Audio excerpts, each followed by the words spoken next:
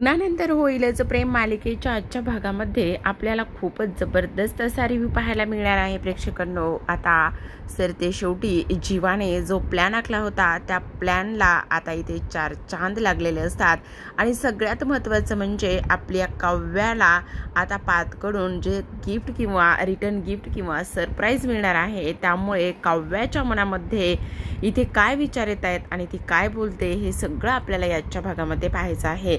तर इकडे जीवाने ॲडव्होकेटांना फोन केलेला असतो आणि तो सांगत असतो, हो मला माहिती आहे मी काय करतोय ते, कारण बाबांना जर ही गोष्ट समजली तर बाबा खूप भडकतील, चिडतील माझ्यावर, कारण त्या गोष्टीसोबत बाबांचे खूप सारे इमोशन्स जोडलेले आहेत। पण काही जरी झालं तरी सुद्धा मला आनंद निवास वाचवायचा आहे। आता तो कोणती गोष्ट पणाला लावतोय, कशा पद्धतीने पैसे जमवतोय हे खूप इंटरेस्टिंग असतं बरं का। फक्त त्या एका फोन कॉलद्वारेच त्यांनी इथे सांगण्याचा प्रयत्न केलाय। तर आपण पाहतो की इकडे आता काव्या बाहेर चिडचिड करतच आलेली असते। नंदिनी बाहेर हॉलमध्ये पेपर वाचत वाचतच इथे भाजी निवडण्याचं काम करते। तेवढ्यातच आता काव्या येते आणि भाजीचे करकर तुकडे करत असते। अक्षरशः नंदिनी तिला म्हणते, अगं काय करतेस काव्या, हे तू आपल्याला भाजी ते चिरडायची नाहीये, ती निवडायची आहे। काय म्हणालीस? हो अगं काव्या, लक्ष कुठे आहे तुझं, आपल्याला भाजीची आहे ना, ती चिरडायची नाहीये म्हटलं। तेव्हाच इथे ती म्हणत असते, असा ना त्या रम्याच्या कानाखाली जाळ काढावासा वाटतोय। काय अगं मी काय बोलते आणि तू रम्याचं काय बोलतेस, काय झालंय, पार्थ आणि तुझ्यामध्ये काही वाद झालाय का, भांडण झालंय का? मला त्या रम्याच्या कानाखाली जाळ काढावासा वाटतोय, जाळ काढावासा नाही जाळ लावावासाच वाटतोय। अगं मी अजून सुद्धा तुला तेच बोलतीये, मी तुला पार्थविषयी विचारतेय आणि तू डिरेक्टली इथे रम्याचंच नाव घेतेस, काय झालंय काय ते तरी सांगणार आहेस की नाही जरा?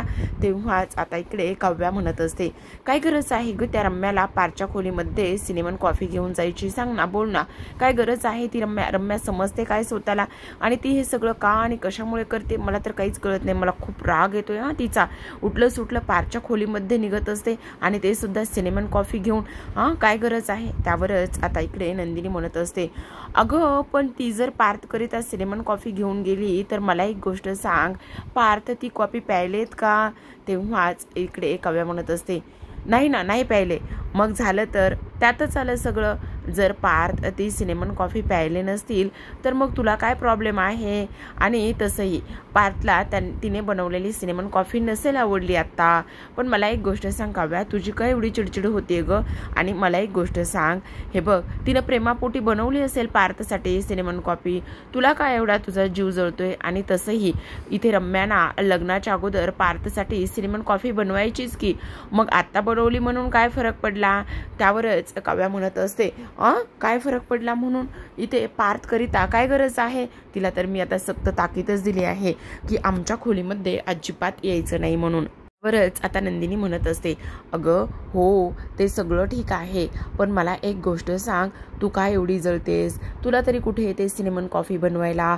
एवढं पार्थने तुझ्याकरिता फ्रूट सॅलड बनवलं होतं आणि ते सुद्धा त्यांनी माझ्याकडून शिकून घेतलं होतं, वेलची घातलेलं फ्रूट सॅलड। मग मला सांग, तू इथे कधी सिनेमन कॉफी बनवण्याचा प्रयत्न केला आहेस का त्यांच्या आवडीसाठी किंवा त्यांना आवडती म्हणून?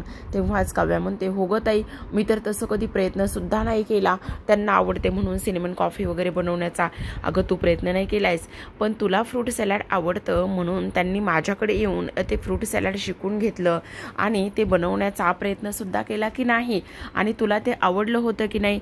मग मला सांग, तू कधी असं केलंयस का? तू असा कधी प्रयत्न तरी केलायस का? तेव्हाच काव्या म्हणत असते, हो मी तर तसं काहीच नाही केलं। मग मला एक गोष्ट सांग, हे सगळं तू करायला हवंयस की नाही? जर हे सगळं तू केलंस पार्थकरिता तर ती रम्या नावाची जी मुलगी आहे ती कशाला उगाचच पार्थच्या जवळ येईल आणि ती कशाला पार्थसाठी सिनेमन कॉफी बनवेल जर तू बनवलीस तर? तेव्हाच इकडे ती म्हणत असते, म्हणजे ताई मला सांग, देशमुखला तू इथे फ्रूट सॅलड बनवायचं शिकवलंस आणि क्रेडिट मात्र तो बोका घेऊन जातोय, असं केलेलं आहे तर?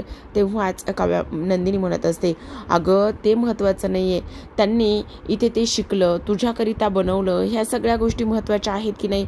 त्यावर लगेच आता काव्या काव्या म्हणत असते, आता बघ तू सुद्धा बघत राहशील अशी मी सिनेमन कॉफी बनवेल. पण मी पण बनवतेच आता सिनेमन कॉफी ना. आता बघ मी सिनेमन कॉफी बनवली ना, ती रम्या जी आहे ना, रम्या जळून खाकच होईल बघ. आणि त्या रम्याला ना इथे आता आमच्या खोलीमध्ये मी जवळपास सुद्धा येऊ देणार नाही. त्यावर लगेचच आता नंदिनी म्हणत असते, पण तू करणार काय आहेस? ठीक आहे मी जाते आणि कॉफी बनवायलाच घेते असं ती बोलते. तेव्हाच जाणारी जी काही काव्या आहे ती मुटकून खाली बसते. खाली बसल्याबरोबर लगेच आता ही तिला म्हणत असते, अगं का काय झालं, तू अशी खाली का बसलेली आहेस? सिनेमन कॉफी बनवायला चालली होतीस ना? अगं ताई त्याचं काय आहे ना, मी चालली खरी सिनेमन कॉफी बनवायला, पण मला कुठे येते सिनेमन कॉफी बनवायला, नाही येते ना, प्लीज मला सांगशील का तू?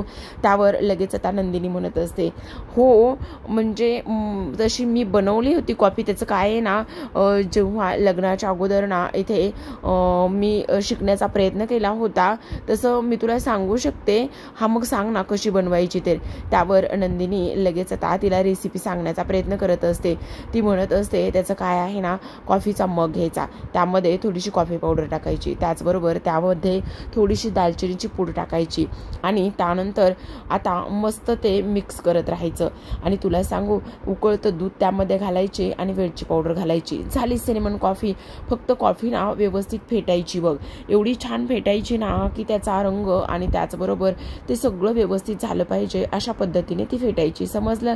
त्यावर लगेचच काव्या म्हणत असते, आता रेसिपी ना इथे या डोक्यामध्ये अगदी व्यवस्थित फिट झालेली आहे.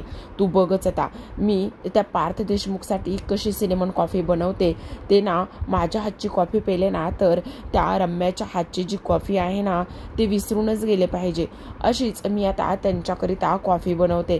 त्यावर लगेचच नंदिनी म्हणत असते, हो हो हो हो अगदी बरोबर आहे, कॉफी बनव हा, पण एक गोष्ट मात्र नीट लक्षात ठेव काव्या. तेव्हा काव्या म्हणते, काय ताई आता काय? हे बघ कॉफी बनवणार आहेस पण ती तेवढ्याच प्रेमाने पाजली पाहिजेस, कळलं तुला? आणि काय ग मला एक गोष्ट सांग, त्या रम्याचा एवढा राग काय येतो ग तुला? काय येतो म्हणजे काय येतो मला सांग? तिला काय गरज आहे ग आमच्या खोलीमध्ये जायची आणि पारच्या जवळ जायची? त्यामुळे माझ्यानं ती डोक्यातच जाते. पण आता बघ, आता सिनेमन कॉफी तर मी बनवली ना, ती इथे पारच्या जवळ सुद्धा येणार नाही. चल मी जाते सिनेमन कॉफी बनवते आणि मस्त देशमुखांसाठी इथे गरमागरम कॉफी घेऊन जाते. असं म्हणूनच आता लगेच काव्या किचनमध्ये जाते. तेव्हा ती गेल्यानंतर इकडे नंदिनी भाजी निवडत असते, पेपर वाचत असते आणि तेव्हा त्या पेपरमधून एक कागद खाली पडतो. आता तो कागद असतो आनंद निवासचा, जो आनंद निवास आश्रम आहे त्याच्या औक्षणाचा, म्हणजेच की बोली लावलेली असते लिलावाचा तो कागद असतो. आणि तेव्हा आपण पाहतो तर इकडे आता लगेचच नंदिनी जी आहे ती धावतच जीवाकडे निघालेली असते. तर इकडे दुसऱ्या बाजूला वसूला भास्करचा फोन आलेला असतो आणि फोन आल्यानंतर वसू म्हणत असते, काय अरे तू वेडा आहेस का? अरे असं का करतोयस तू? आणि ती प्रॉपर्टी तू तिथे विकायला का काढलेली आहेस? त्यावरच आता इकडे तो म्हणत असतो, अगं मग काय करणार आहे, ती प्रॉपर्टी मला विकावीच लागणार आहे. आणि तशीही तुला सांगू का, तो थोडी ना इथे तो जीवा इथे ती प्रॉपर्टी घेणार आहे. तसंही आता पाहायला गेलं ना तर त्या प्रॉपर्टीचं काहीच नाही होऊ शकत. आणि तेव्हा इकडे आता ती म्हणत असते, अरे ते सगळं काही ठीक आहे, पण इथे जर ती प्रॉपर्टी ते घेतली कोणी विकत तर. पण तुला एक गोष्ट सांगू का भास्कर, जो कोणी ती प्रॉपर्टी विकत घेईल ना त्याच्याबद्दल मला सगळं काही डिटेलमध्ये तू कळव. त्यावर भास्कर म्हणत असतो, हो मी नक्की तुला इथे सगळं काही सांगण्याचा प्रयत्न करेल. असं म्हणूनच आता फोन ठेवला जातो. तर आता प्रेक्षकांनो आपण पाहतो की इथे रम्या रागारागातच तावातावाच खोलीमध्ये आलेली असते. आणि तेव्हा इकडे आता वसू तिला विचारते, काय ग काय झालेलं आहे, एवढ्या रागारागामध्ये तू का बरं आलेली आहेस, सगळं काही ठीक तर आहे ना? त्यावर ती लगेचच म्हणत असते, आई काही एक ठीक नाहीये, त्या रम्याने स्पष्टपणे मला असं सांगितलंय की पारच्या खोलीमध्ये यायचं नाहीये. मी पार्थकरिता सिनेमन कॉफी बनवून घेऊन गेले होते तर मला तिने स्पष्टपणे खोलीमध्ये येऊ नकोस आणि खोलीतून बाहेर जा असं सांगितलं आहे. त्यावर वसू म्हणत असते, काय तिची एवढी हिंमत झाली?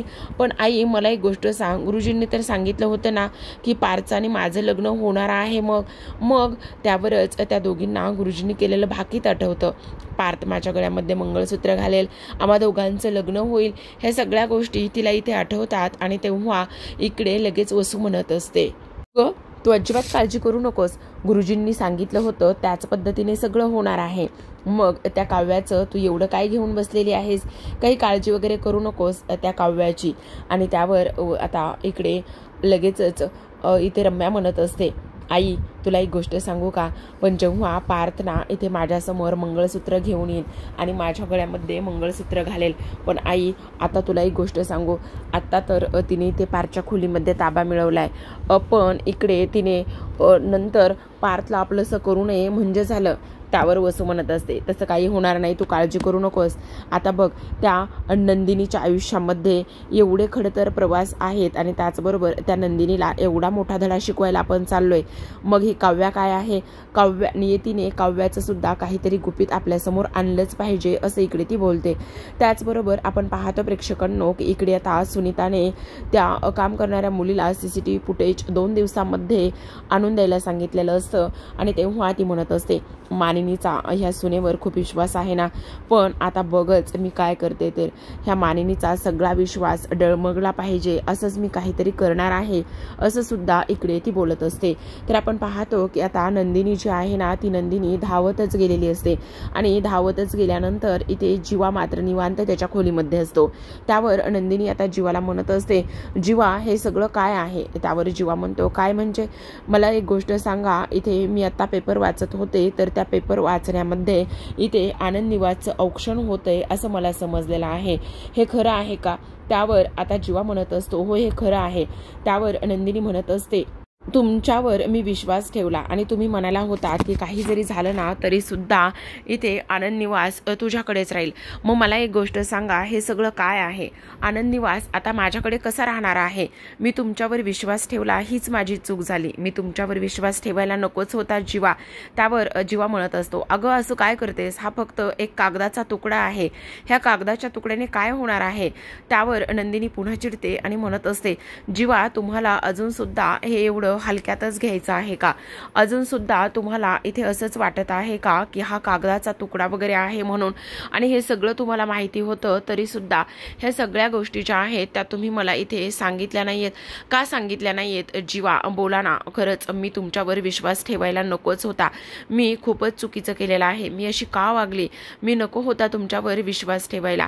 तुम्ही म्हटला होतात मला की माझं आनंद निवास मी तुला परत देईन म्हणून, पण नाही, तुम्ही काहीच केलेलं नाहीये वगैरे वगैरे असं नंदिनी बोलत असते.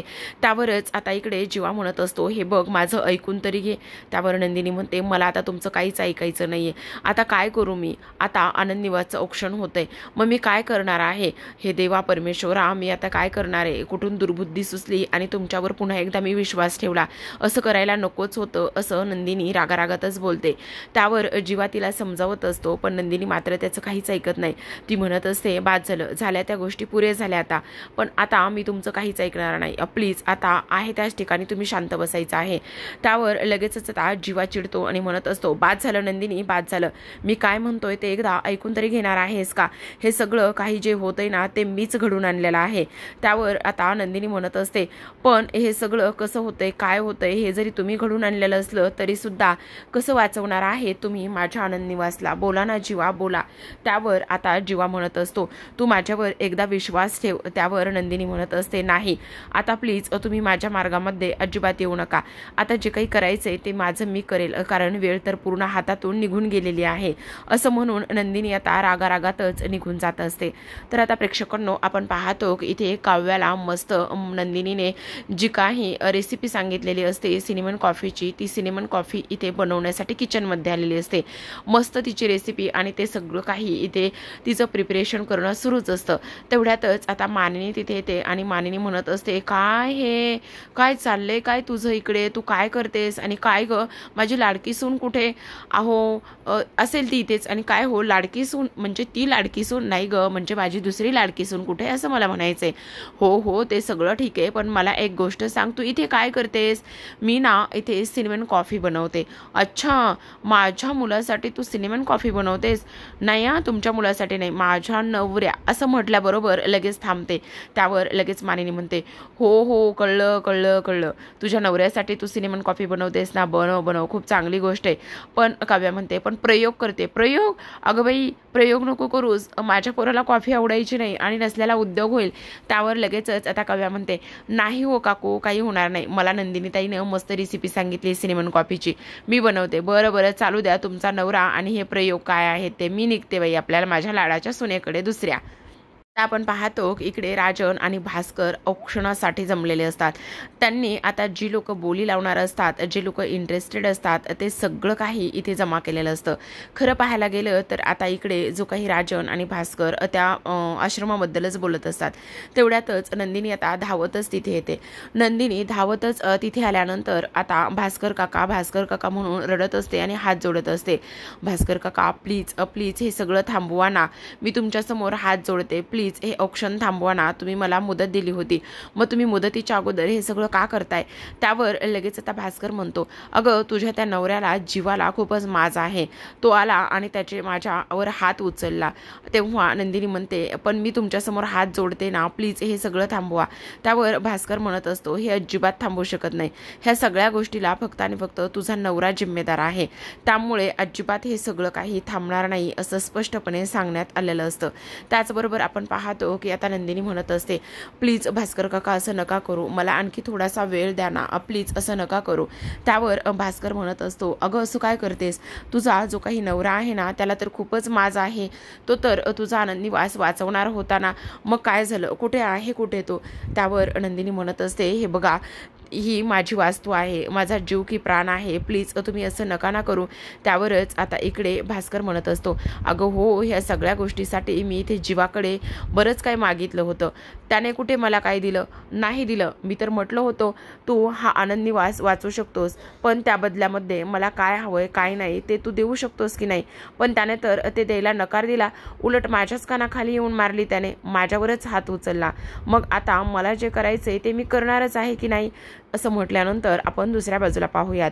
पार्थ त्याचं काम करतच खोलीमध्ये बसलेला असतो. तेव्हाच काव्या त्याच्याकरिता सिनेमन कॉफी बनवून घेऊन आलेली असते. आल्याबरोबर ती म्हणत असते, देशमुख ह्या घ्या तुमची सिनेमन कॉफी. तेव्हा खरं तर पार्थच्या चेहऱ्यावर खूपच आनंद पसरलेला असतो, त्याला खूप आनंद झालेला असतो. आणि तेव्हा आता इकडे तो म्हणत असतो, वाव, माझ्यासाठी सिनेमन कॉफी तुम्ही बनवली. हो, मनातच काव्या म्हणते, पण आता ह्या बोक्याला सिनेमन कॉफी आवडती की नाही काय माहिती, काय होईल आता. तेव्हा पार्थ आता कॉफीचा एक सिप घेत असतो. एक सिप घेतो, त्यानंतर लगेच थोडासा कन्फ्यूज होतो. तो म्हणतो, वाव, कसली भारी कॉफी बनवली. परत एक घोट पिऊन बघतो. इकडे मात्र काव्या मनामध्येच तिच्या खूप जास्त हुरहुर लागलेली असते की आता खरंच देशमुखला मी बनवलेली सिनेमन कॉफी आवडेल की नाही, म्हणून तिची ते सगळं काही ऐकण्याची घाई सुरू असते.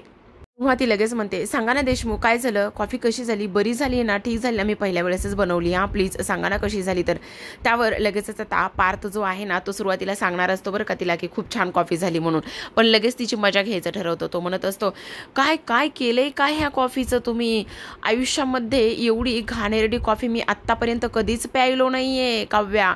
असं म्हटल्यानंतर तिथेच थांबवलंय बरं का. आता इकडे दुसऱ्या बाजूला औक्षणाची पूर्ण तयारी झालेली असते. जे काही लोक इथे बोली लावायला येणार आहेत ते सुद्धा यायला सुरुवात झालेली असते. आणि जो भास्कर आहे आणि राजन, त्या दोघांनी सुद्धा खूप मोठा प्रोजेक्टर इथे आणलेला असतो आणि त्या प्रोजेक्टवरती इथे आनंद निवासचे काही क्षण त्याने इथे प्ले केलेले असतात, काही फोटोज असतात, काही व्हिडिओज असतात. त्या प्रोजेक्टरवरती इथे आनंद निवासमध्ये ज्या पद्धतीने जीवाने पाणीपुरी बनवली होती तोच एक क्षण असतो, त्याचा व्हिडिओ असतो. त्याचबरोबर गणपतीची स्थापना, हे सगळं काही तिथे असतं.